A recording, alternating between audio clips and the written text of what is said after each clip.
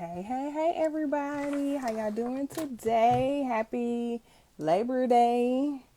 Happy off of work day for some people, not all people, but welcome.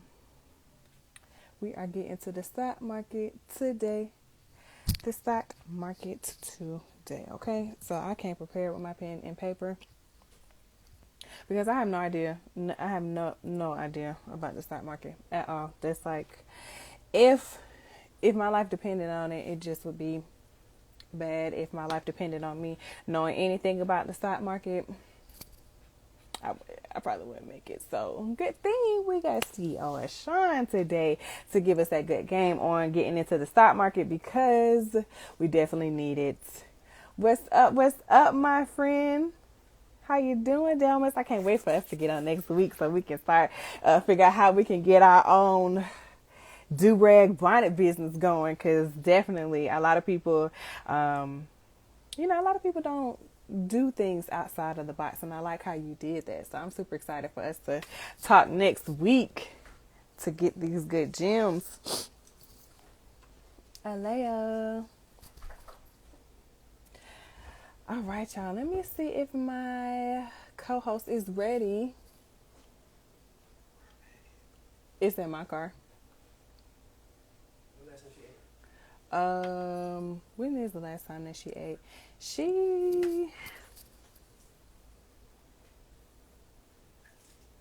I don't know, but this it right here. This the remainder of it. Bro got his course going crazy. Oh my gosh, I'm super excited. I'm ready to talk about that today too, because I seen that he had posted, that he had posted about it. All right, so we can go ahead and get started because my co-host has joined and we about to start this market. Oh yeah, I'm sorry, my baby. She upset because she got to get into the car seat. Oh, it's okay, mama.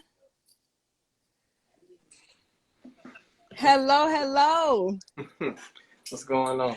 Nothing much. How you doing today? I'm doing good, doing good. That is good. That's good. Any barbecues today?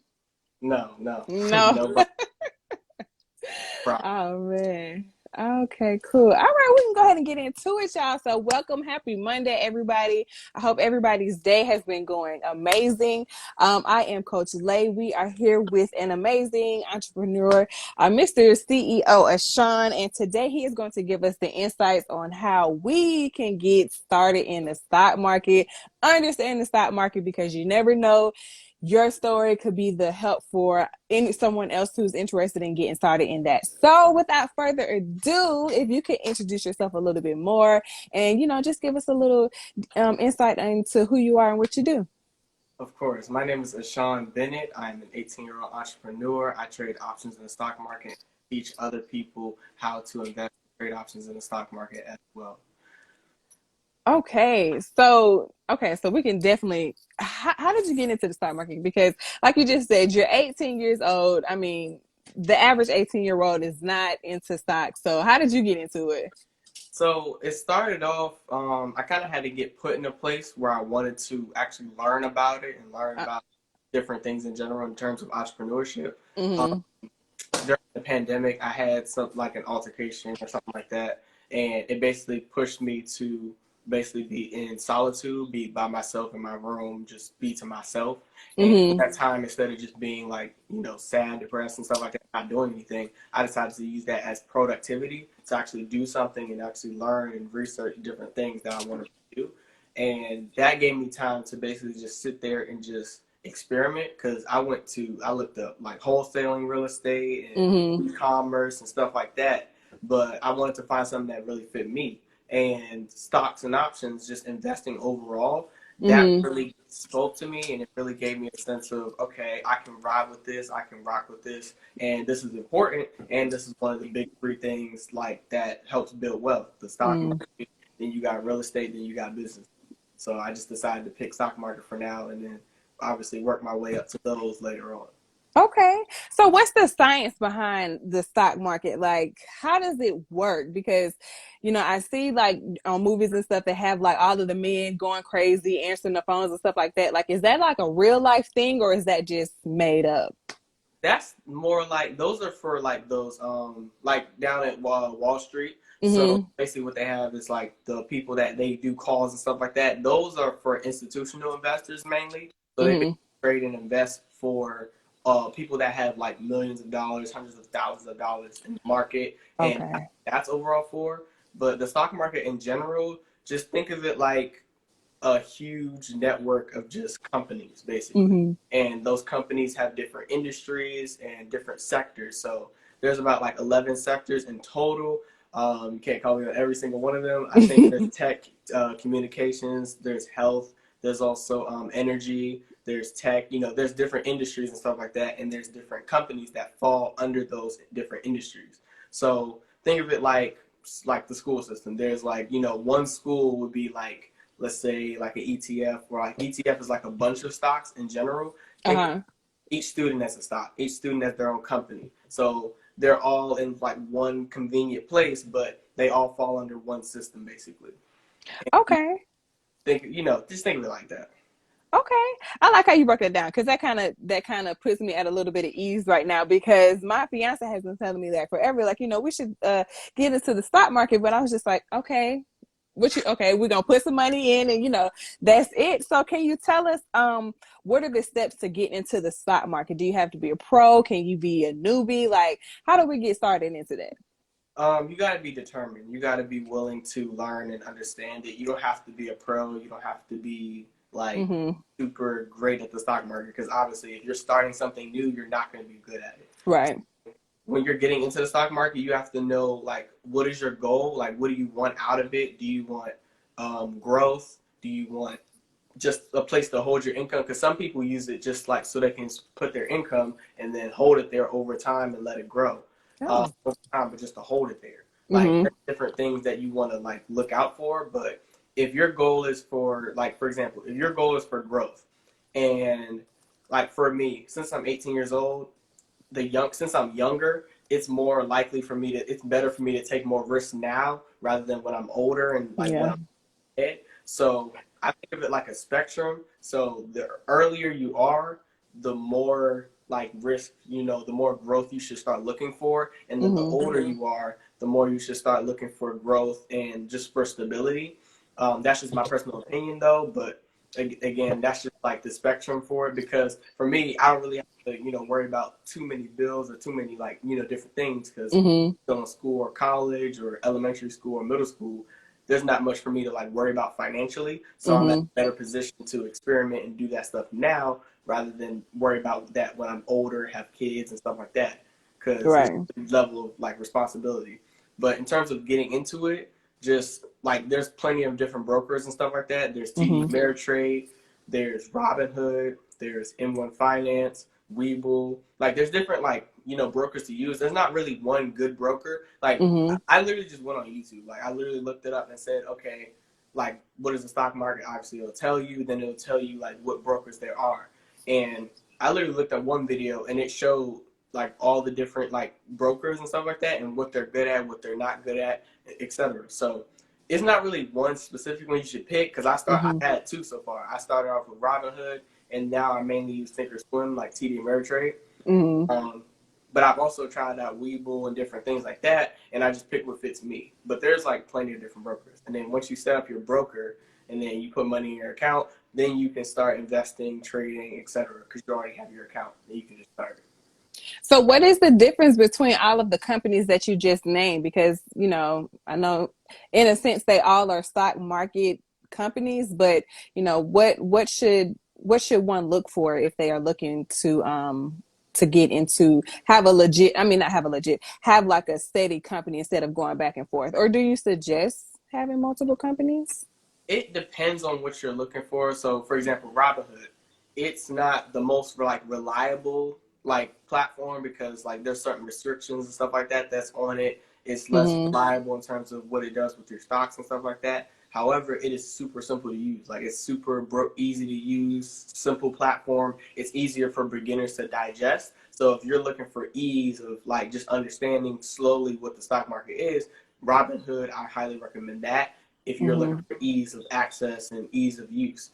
Webull, And in one finance is kind of like a step up from Robinhood. It's a little bit more intricate, but it's still a little bit more simple to use and navigate and go through. So Mm-hmm.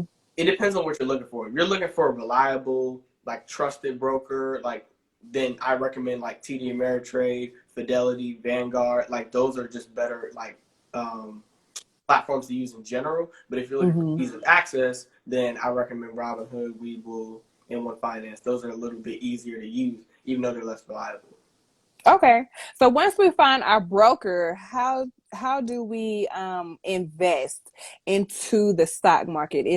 Do you have to invest every month, every week? Like how does that process work?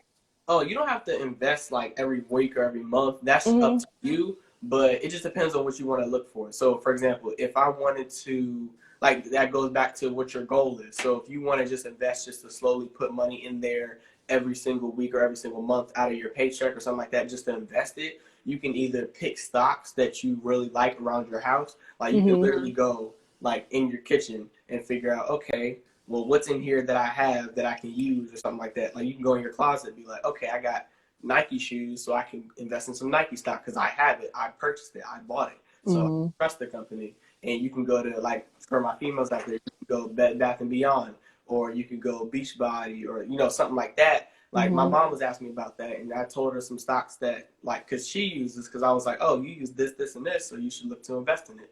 Uh, Mm-hmm. like there's Peloton, like for those people that like to work out. There's so many different types. There's Starbucks, there's McDonald's, Yeah. there's different types of stocks. But it just matters. It's easier to say like for you, like okay, if you have a certain thing that you keep using on your everyday, day-to-day basis, then Mm-hmm. invest in that first. Like that's just the first recommendation because you use it. Like you spent money there, so it must be like a good enough company. So just put your money there first, and then if you're looking for like if you want to do more research, then you can find okay, what stocks should I be getting into based on what my goal is. So if you want stability, then trusted companies or like companies that have been around for like 10 plus years, like Home Depot, Walmart's a good one. You also have Apple is a really good one as well. Mm-hmm. And then you can start looking into like ETFs like SPY, QQQ, which are basic. Those are ETFs. Think of it like basket of stocks. Like Mm-hmm. you have a whole bunch of stocks into one entity that you can invest in. So for example, if one goes up, but the rest of them are kind of going down, then you might be like it'll give you an average price of that ETF. Like it collectively tracks the price for all of those companies. So Oh. overall, it allows you to go up over time because most stocks in the stock market usually go up over time. Like as you give it time, slowly starts to increase. Okay. So what's the so I'm not sure if this is if you're able to answer because the stock market is, and you said it also depends on what you're looking into, but what is the how long do you have to be putting money into the stock before you see a return on your investment? So that usually depends on what type of return. So, for example, if you are looking to buy a stock and then sell it, if you buy it at $50 and it goes up to anything above $50, you can still make profit on it because Mm-hmm. you buy it for 50, sell it for 51, you make $1 on it. But like practically, you're trying to look for like maybe 20, 30% or more, like 100% returns on your investment. So if you put in $50 and your goal is to wait like over like a few years, then you should start looking for like at least 100% return on your investment, stuff like that.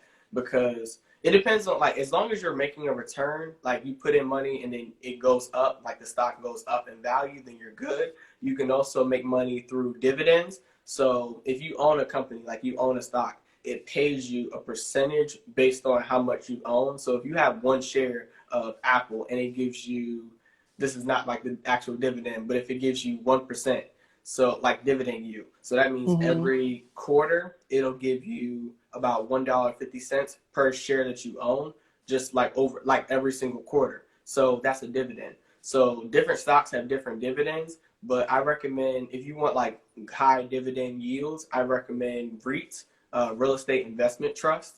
Those Mm-hmm. are like think of it like those companies that you see like with their little banners around a building when they're constructing it. Mm-hmm. Usually those are companies that are like REITs, they're real estate investment trusts, because Yeah. they're paid basically by like a certain company to build that building. So Mm-hmm. Amazon has a REIT that they have to pay every single month to lease their buildings, to rent out their buildings and stuff like that. So those are the companies that companies are, paying in rent and stuff like that. So you can invest in those. And they give about like roughly 90% of their revenue and profit in dividends, because they want to keep people invested into the stock. So they give out a higher dividend yield for each stock that you own. So Mm. you buy these stocks like continuously. You buy more stocks. You're paying them essentially, but they're paying you back a handsome amount for each stock that you own. And if you stack up those like REITs, like how much they pay you, you'll start to like get more dividends over time, because they pay you either monthly or quarterly.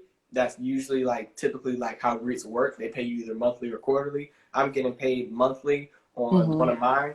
And because of how much I have, I think I'm getting paid like probably $1 every single month off of how many I have. Because I have like five of one REIT. I have like five. I think it's Gain, and they give a good amount. They have a high enough dividend yield where I can make about like $1 collectively for five stocks. So if I had 50 stocks, I'd be getting $10 a month. And if I had 500, I'd be getting, like just adding that up over time. Just that's why it's recommended to get more. So the more you get, the more you get paid. Okay. Yeah, because I was going to ask that, does it matter the amount of stocks that you have in regards to the amount of the return on your money? Because um, if you're only investing in one or two stocks, can you see a big return on your investment? And does that just depend on the amount of money that you're putting in, or does it depend on the company and how they're working with their finances? It's a mixture of both. You have to Okay. understand the company, but also understand that you want simplicity. You don't want to put your money in like 50 different places, like 50 different stocks. Like you just want like a small list, like a collective. Like three is actually a good amount, because you get three. You can actually pick three. So you can pick a growth stock, and you can pick a stable blue chip company, like I said before, Home Depot, Walmart, Apple, and then you could have what is it called? You have it, or a dividend stock. So you can have a combination, a growth stock, a stock that can grow over time and make you money as the stock price gets higher. You have a stable company that you can put money in and it'll stay the same, but it might pay you a dividend yield or something like that. But it Mm-hmm. still like hold its value, and it'll either maybe it might go up a little bit, but it's still stable. So it's not like it's just going to go away anytime soon. And then you got a dividend yield stock that you can purchase in, and then it'll give you a dividend every single month. So you got growth, stability, and then recurring investment, residual income.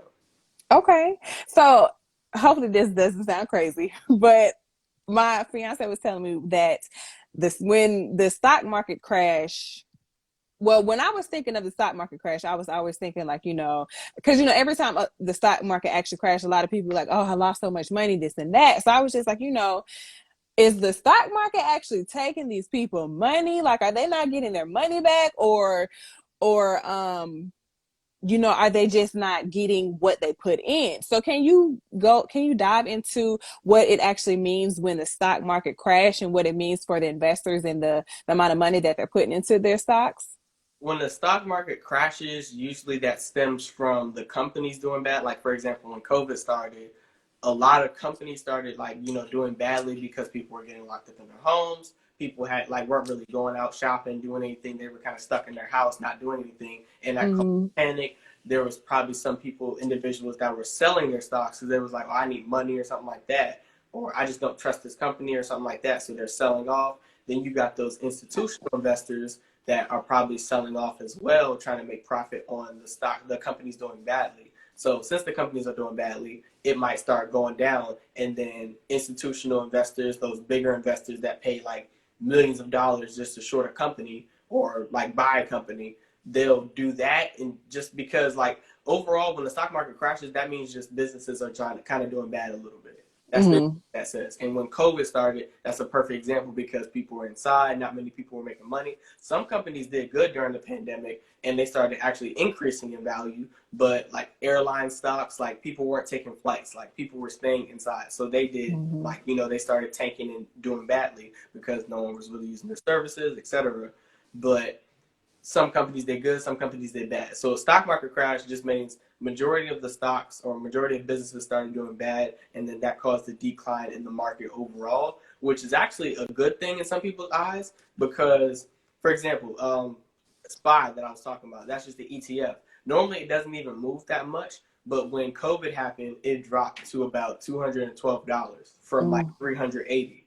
Mm-hmm. So when COVID happened, it was at 212, and now it's at like 450. So if you got in there, like, cause that it's just like a matter of when you get in, rather than like, cause some people will lose, some people will win. It's just a matter of when you get in and how you address it. So if you got in at 212 and got like 10, 100, 1,000 shares of that ETF SPY, then you'd be up really big right now because it went up at least over 200% in the last Mm-hmm. year because COVID caused the stock market to drop. And after that, businesses started opening back up, things started opening back up, and things started getting better. So the ETFs, the stock market overall started getting better gradually. So when the stock market crashes, that's the most amount of money you can make because Mm-hmm. once it drops that far down, you can take advantage of it. It's just a matter of if you take advantage of it. Because some people Okay. get on the sideline, don't do anything, and they're like, "Oh, this is terrible times." But billionaires and millionaires are making money. Millionaires are becoming billionaires, and billionaires are becoming bigger billionaires because they're putting their money into the stock market because they know they can get a bigger return. Because at the end of the day, if you're putting a million, because like literally it works in ratios. So if I put in Mm-hmm. $1, when it drops, like if a stock goes from $5 to $1, and I buy at $1 and it goes up to $10, I make $9, right? But Mm-hmm. if I use the same principle, so if I bought one share at $1 and it went up to 10, I made 9. But if I put in 10, I make 90. If I put in 100, I make 900. If I put in 1,000, I make 9,000. And if I put in a million, I make 9 million. So it's just a Okay. matter of entering. But once you put in like a good amount of money, that's why they have Wall Street and stuff like that because they're investing for these bigger institutions and stuff like that because they're using more money, but they can cause a bigger shift in the market. That's basically what that means. Okay. So I know that you said you trade. Are there other is there other positions of or titles of investing in the stock market? And if so, what are they? And can you also just let us know more about the trading portion of what you do? Yeah. So trading for what I do is trading in general in the stock market or just in general is buying something and then selling it. So if you buy Okay.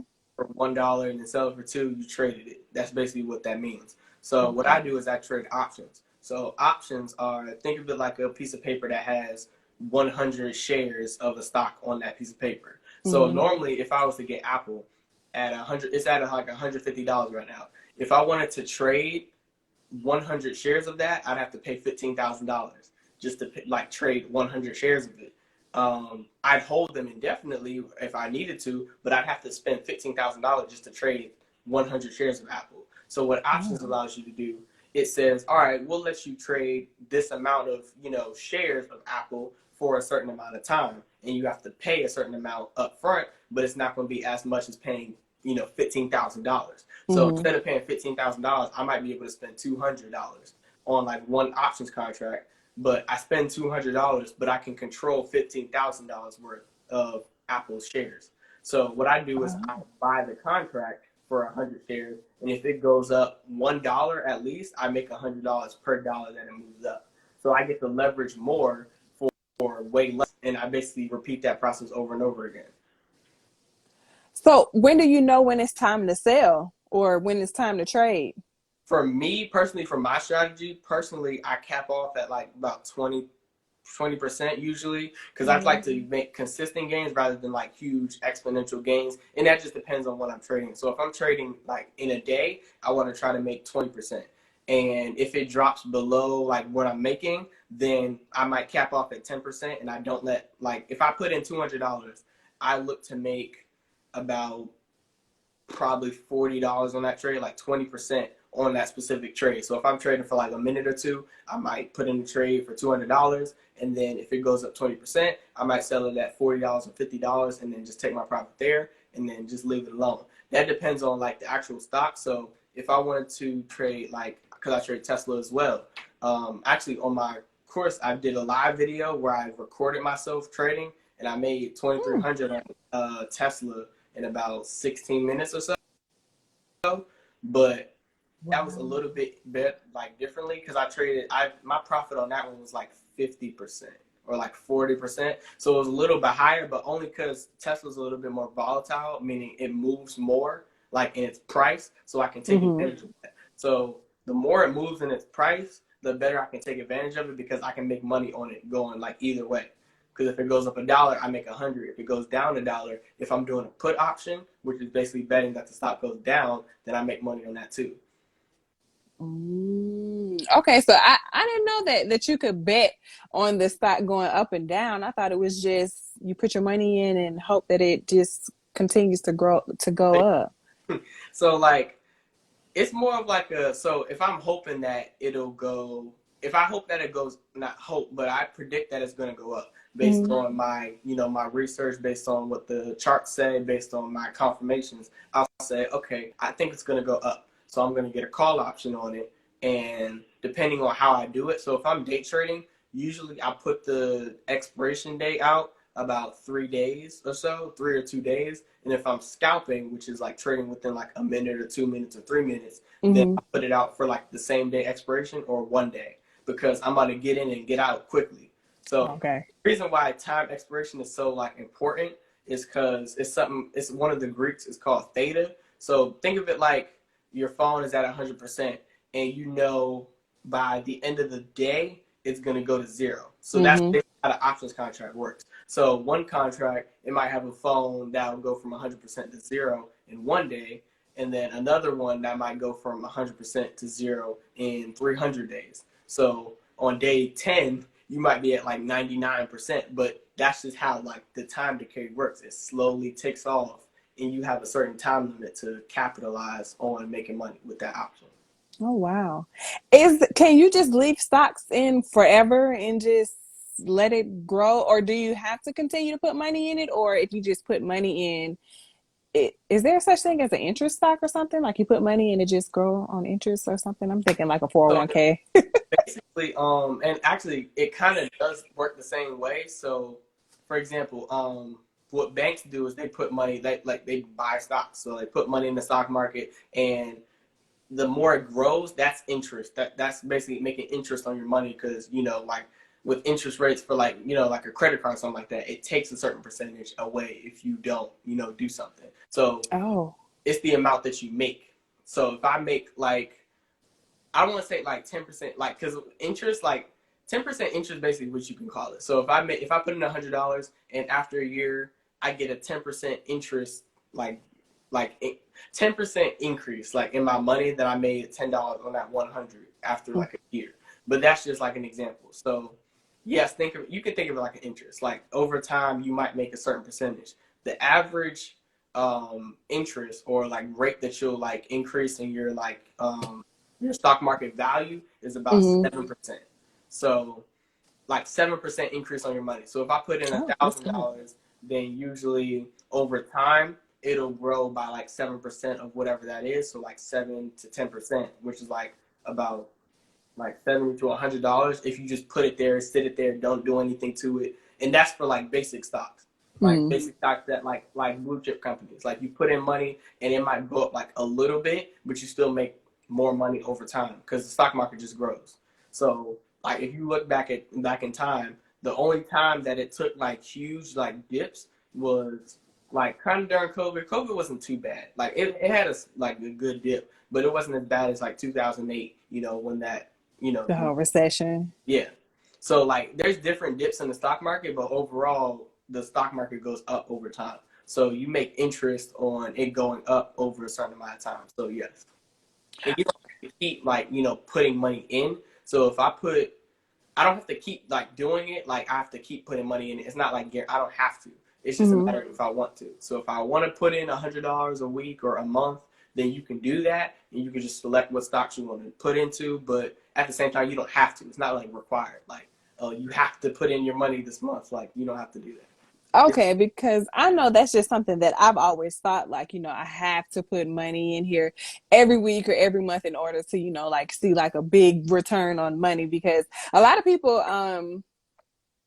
I guess a lot of people who are more so well known about the information, they talk about it as such, like, I put in this amount of money, so I got this big return back. So it's just from the outside looking in, it's just like, oh, this looks good. Like, let me get into the stock market because I can put some money in there and I want to put 1,000 and get $10,000 back. But now that makes sense that it's like, it's not that easy, but you can get to it without having to continuously put the money in there.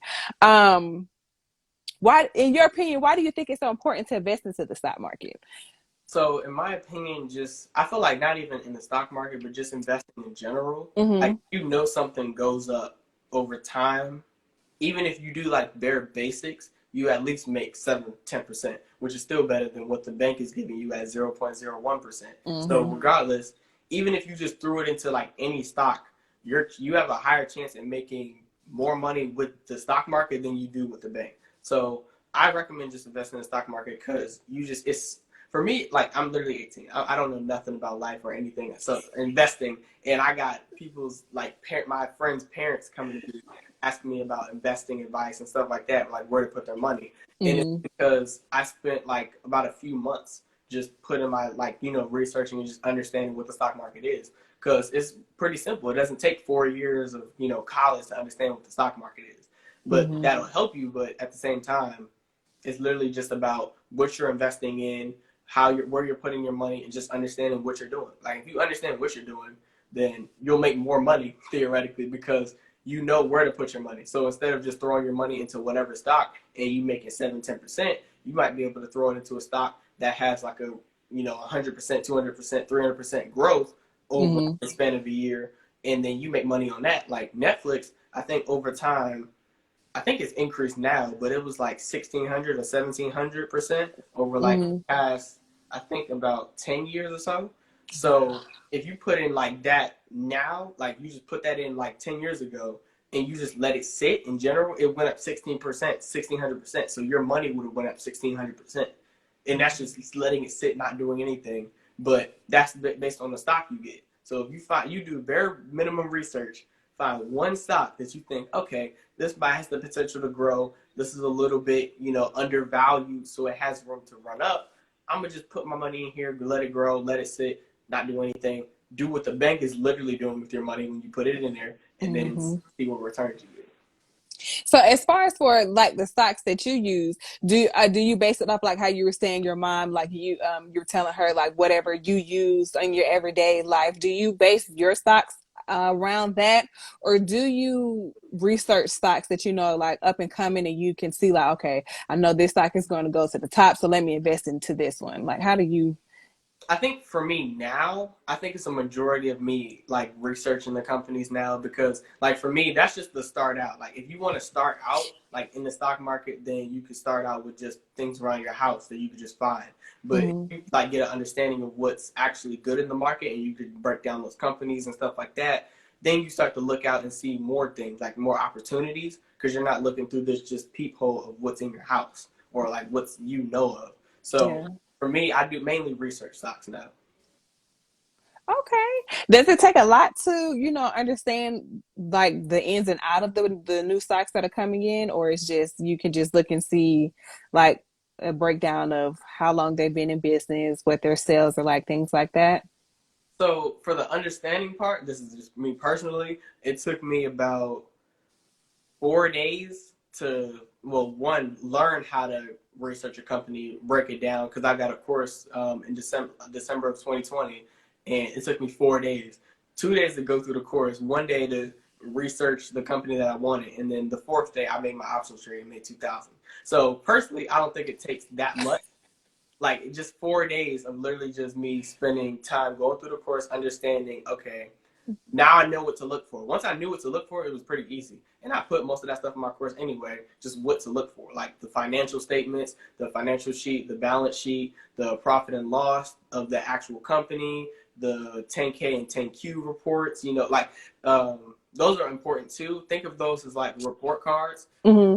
for the stock. So for the stock, for that specific company. So if they got all A's and B's, you're like, oh, they did good. Let me put my money in here. Like, Mm-hmm. as a parent, you're like, oh, I'll give you allowance if you make A's and B's and stuff like that. So think of it like investors are putting money into that stock if they're doing good and that they have a good report card. If they have a Mm-hmm. bad report card, you know what I'm saying? We're going to take my money out. You owe me some money, you know what I'm saying? Like, this is not good. I'm getting out. So that's kind of another thing that I look at when I'm also researching companies. But it's just little things like that, like that I just looked at and understood. And once I understood it, it was pretty easy because it's literally just knowing what you need to look for and then Mm-hmm. looking for it. Okay, so when you I guess cash out or it's cash out, right? Like when you Yeah, okay, so when you cash out, is the money taxed or you just get it all? Like if yeah. you Save for taxes because okay. I'm doing that now because I was like, wait, how much do I have to save? And because of my tax bracket, I have to save about like 30%, Mm-hmm. like, and just set that aside so I can pay taxes on that when January comes and start doing that too. But because of my tax bracket, it's about 30%. But if I think when you're like a couple, and Mm-hmm. when you're filing like together, I think it's a little bit cheaper. You can literally look up what's the tax bracket for the stock market, and it'll literally give you a sheet and tell you what your tax bracket is based on who you are. But yeah, save for taxes definitely. Okay, so they giving you tax free. I mean, they giving you tax free money, so you don't have to worry about them taking their own percentage. They'll make you do it yourself. Yeah. Okay, that's what's up.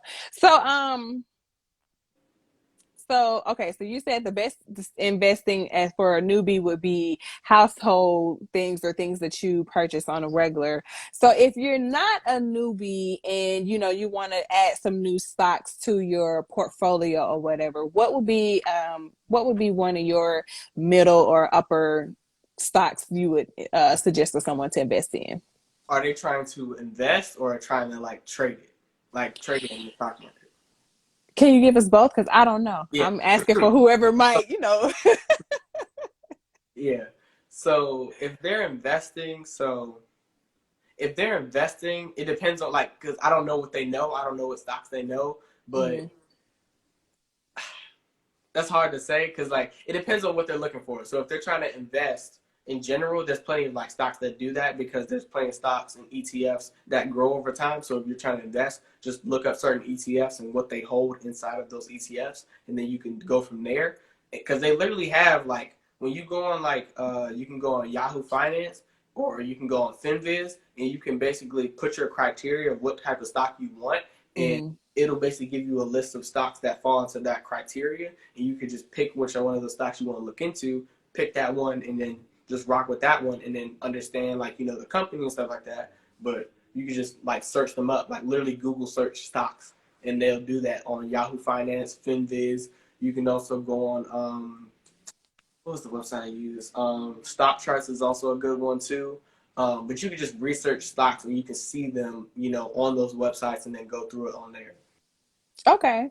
Um, so as far as for you in the stock market, I know you said earlier that you were thinking about getting into real estate stock market. Are there any other types of stock markets or investing that you may want to do over the long run of your life? Yeah, so I want to use because I'm not passionate about the stock market. I just understand like how to utilize it to Mm-hmm. grow my money and increase it, and then pay myself because of what I know. So that's all I really use it for. I use it as a tool, not really like Okay. oh I'm passionate about it. It's so amazing. Yeah, I love it. It's more of like I want to use it as a tool to help me invest in more things or help me Mm-hmm. just like pay for certain things, etc. But I want to get into real estate in about 1 to 2 years. It depends on how much money I like, accumulate from the stock market in general and what businesses I'm starting, etc. But Mm-hmm. yeah, that's basically what I'm looking for. So my first property that I want to get is probably going to be like a duplex or triplex, and then Mm-hmm. do the house hacking method on that, and then just live in one, rent out the rest of them, and then live for free, and then cut off that expense, and then use that money, the equity inside of that property, and then invest into something else. Because once I get my first one, I can just keep getting multiple with that, and then just keep starting from there. Oh my gosh, that's what's up. You have like a legit plan. I'm like, I'm here for it. And that's very smart. And because a lot of people definitely say that, buy the duplex, you live in one, have the other person pay their rent, which is paying your rent. So yeah, that's definitely smart. So what do you have in store for the stock market and helping others? Because I know you had posted the other day that you have a course coming out. So can you let us know what's going to be in your course, and how we can get signed up for it? Yeah, so the course that I have, the avatar that I actually picked for the course was a 13-year-old. So I met Mm-hmm. this 13-year-old. His name is Elijah. I met him at the one of my conferences that I went to, and he basically was interested in learning about the stock market. So I said, okay, I'm gonna make a course built around how I can teach him how to make hundreds or thousands of dollars just in the stock market in general. If I can teach him, I can teach anybody. So Mm-hmm. I centered everything that I'm going to teach, like in the course, like based on what he would know and what he could understand, like at his age. And then at that, I just put a whole course together. I basically went from the beginning of like, what is the stock market? Like, what is a stock option ETF, all that. And then I went into how to set up your broker, how to set up your account, what to look for, and like when you're setting up your account, like what do you need to look for when you're actually setting it up based on like your income and stuff like that.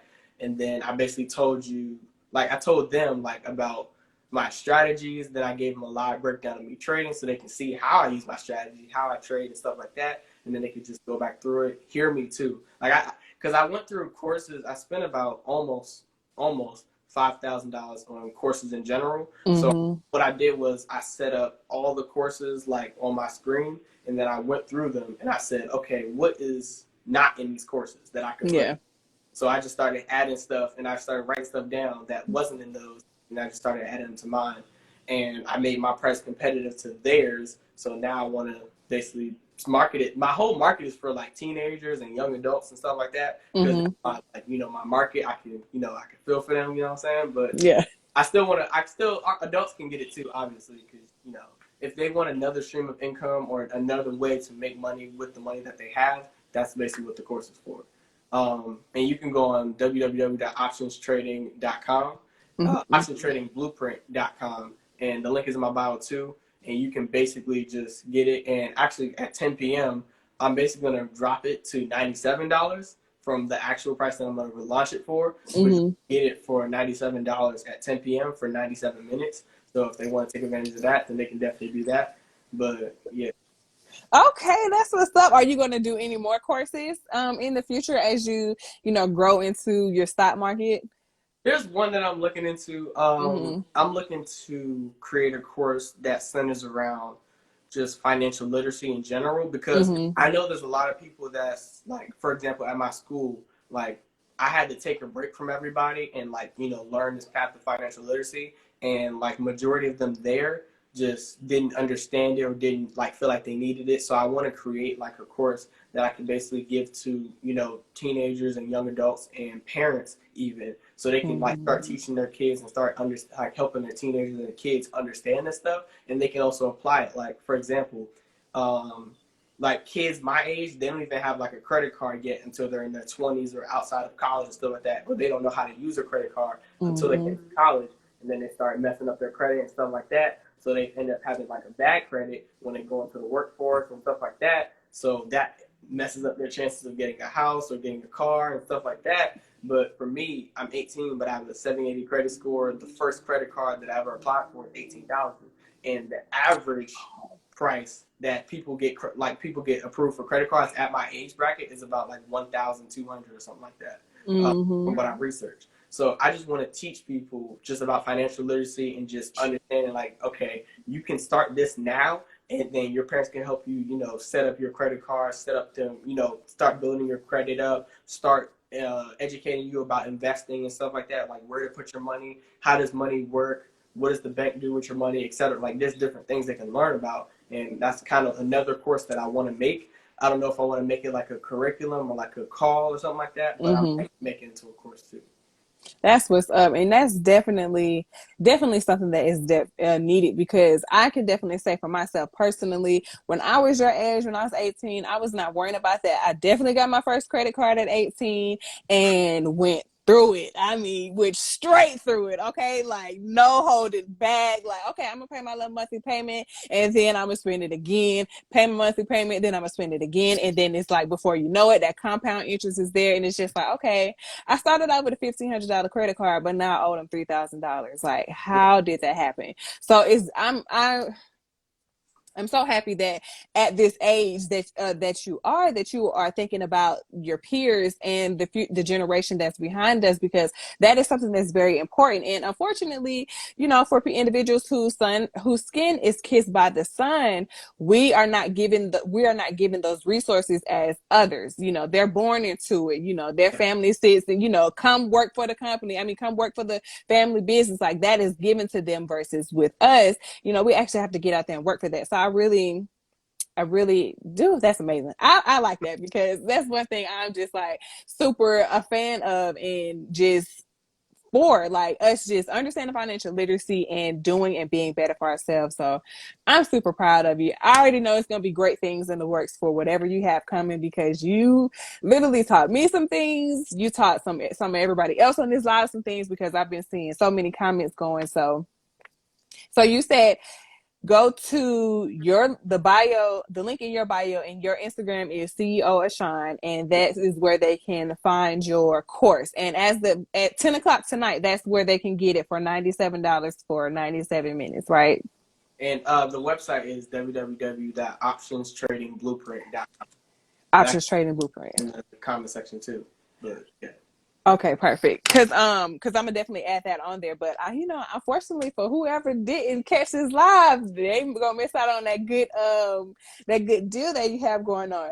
So, in closing, what would you say is do you consider yourself an entrepreneur? An entrepreneur, by definition, is someone that wants to is willing to take risks in order to, grow and be financially, growth, like in general. So yes, I'm willing to take risks and stuff like that. If it means that I'm taking a risk that can help me invest my money or put my money into places where I know it has a chance to grow, rather than putting it into something where it's not going to grow ever or at all. Okay. So since you consider yourself as an entrepreneur, I consider you as an entrepreneur.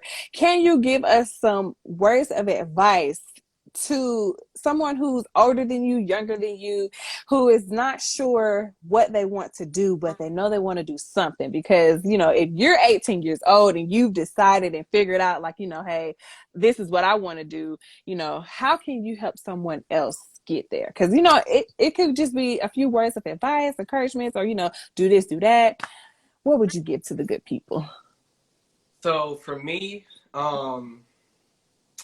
I just recommend that you experiment. If you're younger and you're around my age or younger, the younger you are, the more you need to experiment, because there's too many things to make money. I can literally give a list.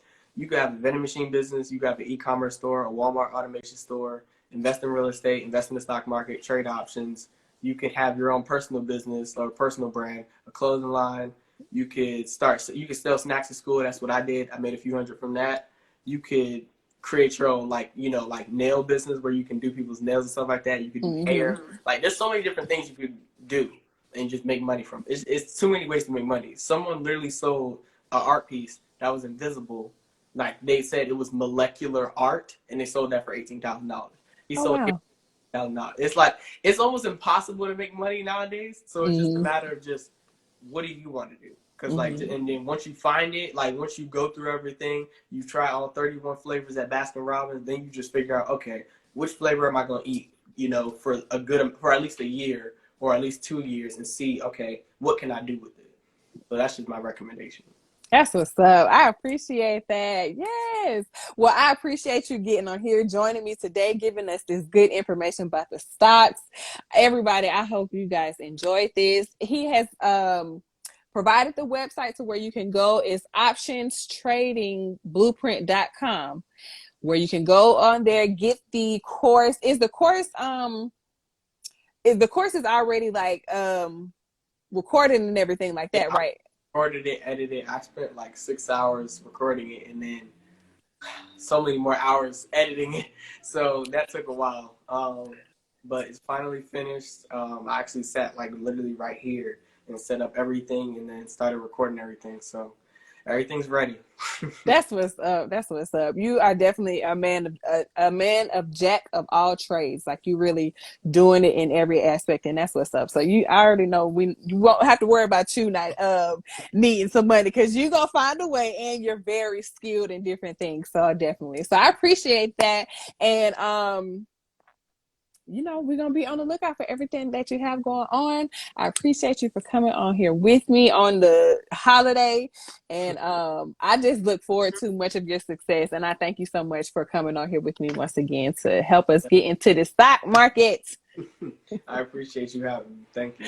You're so welcome. So everybody, I hope you guys enjoyed this live. If you did, make sure you share it. And also make sure you go to optionstradingblueprint.com or click on CEOAshon's link in his bio to get his course. And don't forget, it is a good little deal for 97 minutes at 10 p.m.